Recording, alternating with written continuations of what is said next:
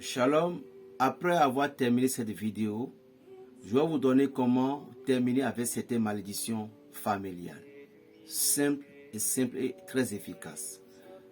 Abonnez-vous massivement à ma chaîne YouTube.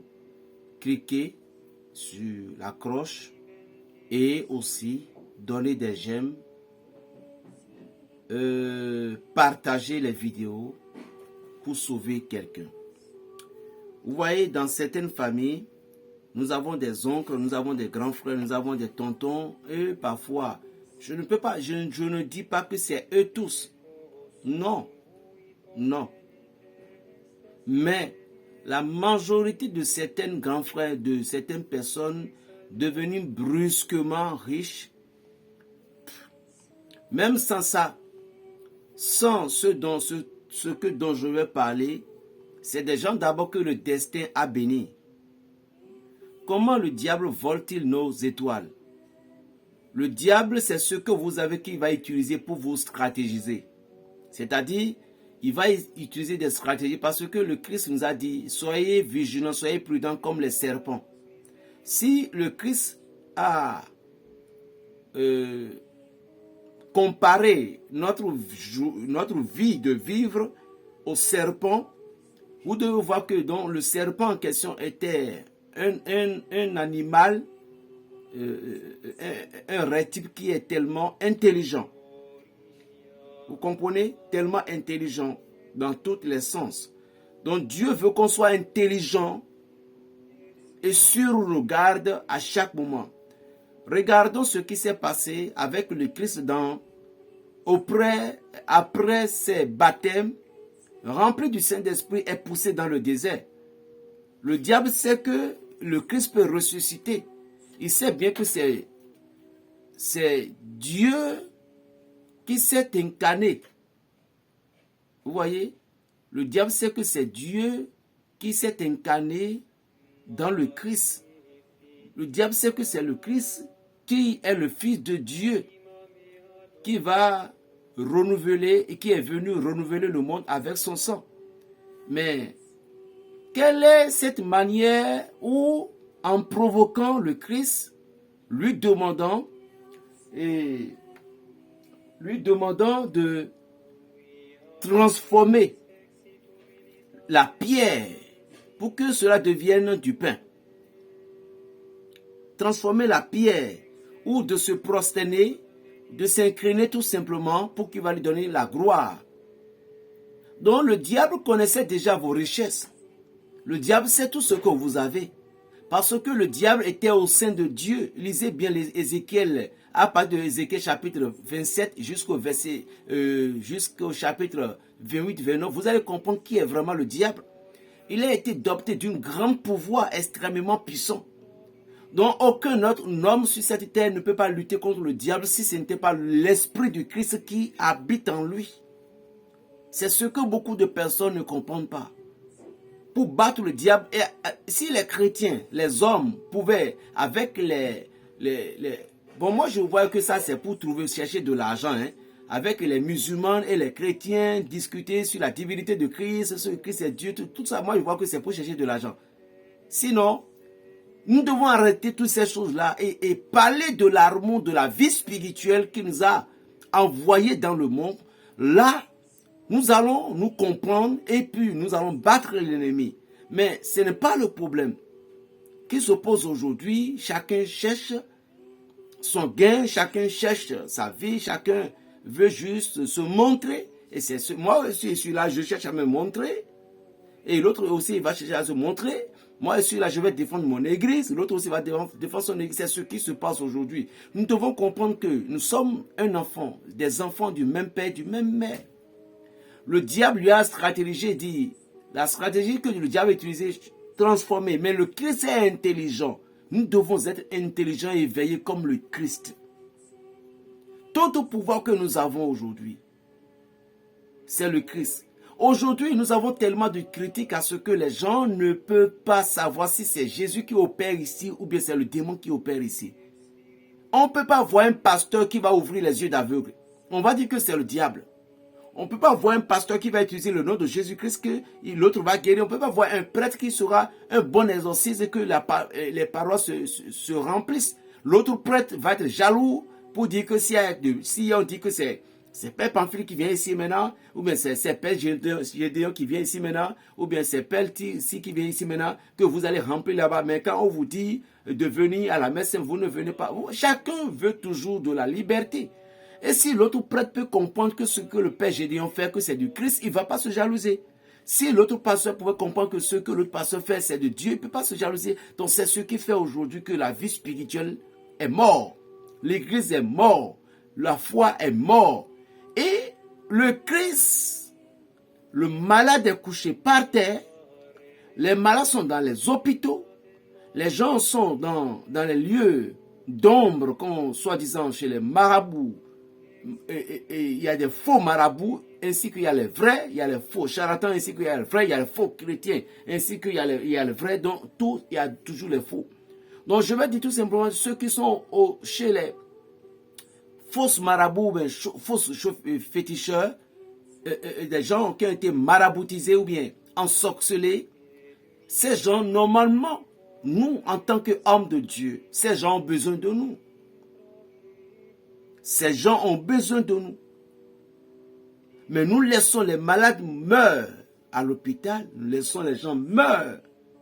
Et puis nous, on ne fait que critiquer. Quand on se réveille, regardez sur la YouTube, tu vas voir. Regarde bien si ce que je dis, je mens. Allez sur les liens de recherche, écrivez les faux pasteurs. Ou bien les faux prêtres. Ou bien écrivez tout simplement, est-il vrai que le pape de l'église est un faux pape? Vous allez voir des réponses plein. Donc il y a des gens, eux, ils sont là pour chercher du buzz. Ils sont là pour dire qu'ils travaillent pour Dieu. Vous ne travaillez pas pour Dieu. Désolé. Désolé, vous êtes un adversaire.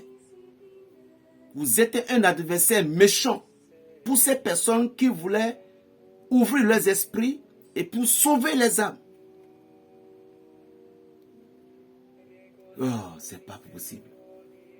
Et même si nous voyons nos frères et nos sœurs qui parlaient de la vérité, on les déteste.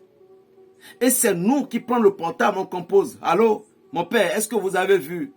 Pasteur, est-ce que c'est vous qui l'a donné de l'ordre? Qui vous a dit que c'est lui qui va donner de l'ordre d'abord? Est-ce que le don de Dieu, c'est vous qui va dire que cela va se développer ou bien cela va se cacher? Je me pose la question.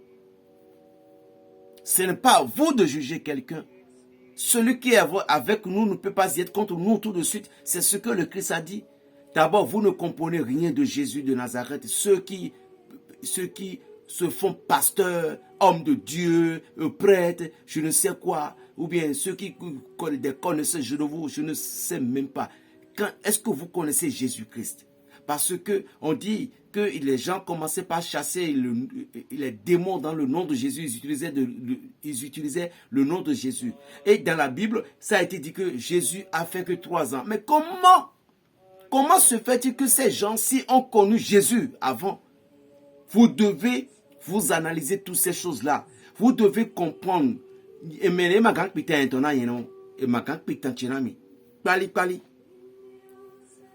Peut-être grand frère tu es gang pitanami,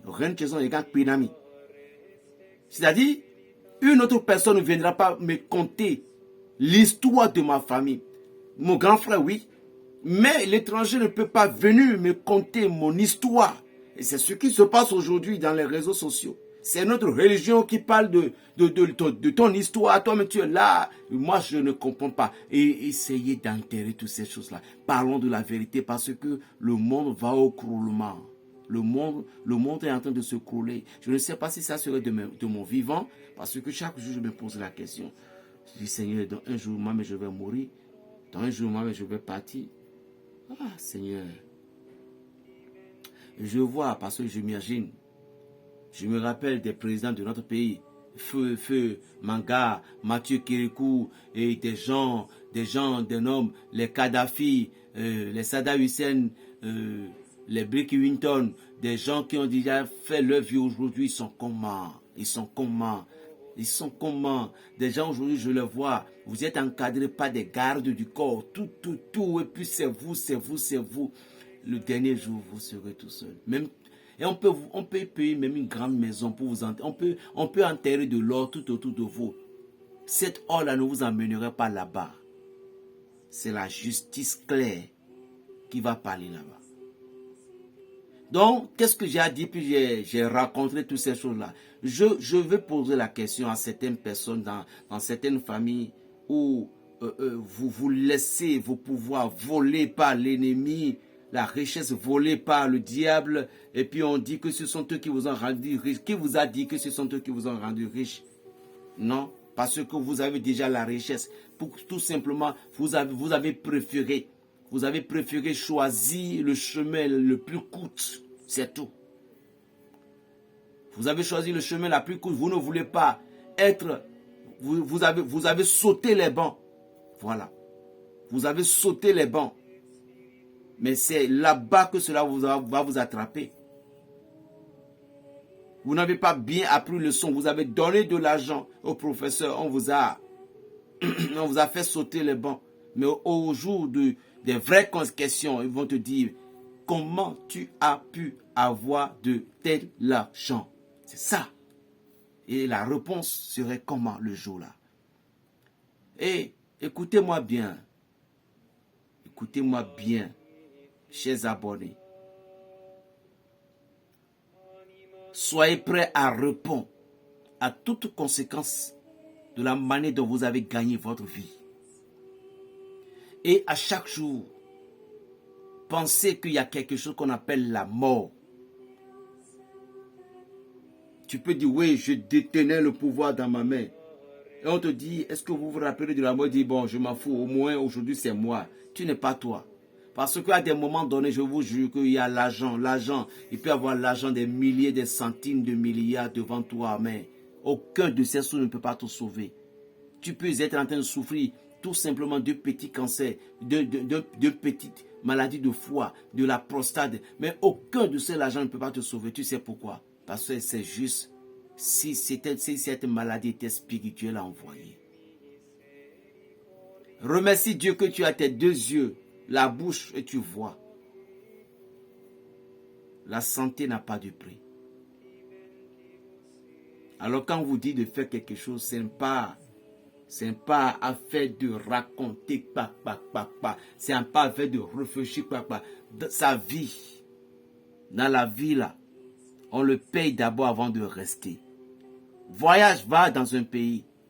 Si tu ne payes pas, tu ne vas pas rester dans un hôtel. La vie là, on paye avant de s'installer. Remercie Dieu à tout ce qu'il vous fait.